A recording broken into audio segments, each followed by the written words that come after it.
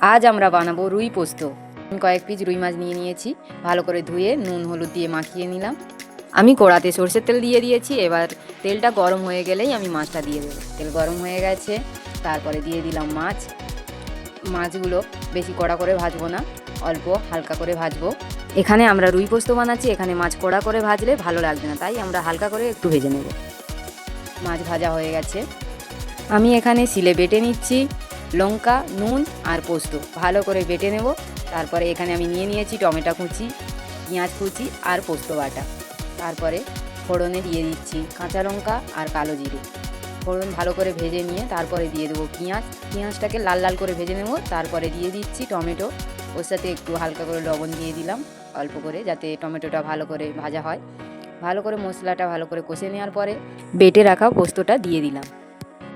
তারপরে পোস্ত বাটার বাটিটা একটু ধুয়ে নিয়ে জলটা নিয়ে দিলাম, নিয়ে ভালো করে কষে নেব।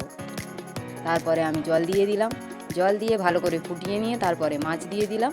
মাছ দিয়ে মাঝে মাঝে একটু উল্টে পাল্টে দিয়ে দেখব। দেখো বন্ধুরা, আমাদের মাছ আর পোস্ত কত সুন্দর একসাথে মিশে গেছে। এরপর কিছুক্ষণ ফোটার জন্য ছেড়ে দেব। আমাদের রুই পোস্ত রেডি হয়ে গেছে। এই রেসিপিটা কেমন হয়েছে তোমরাও বানাও ও আমাকে কমেন্ট করে জানাও।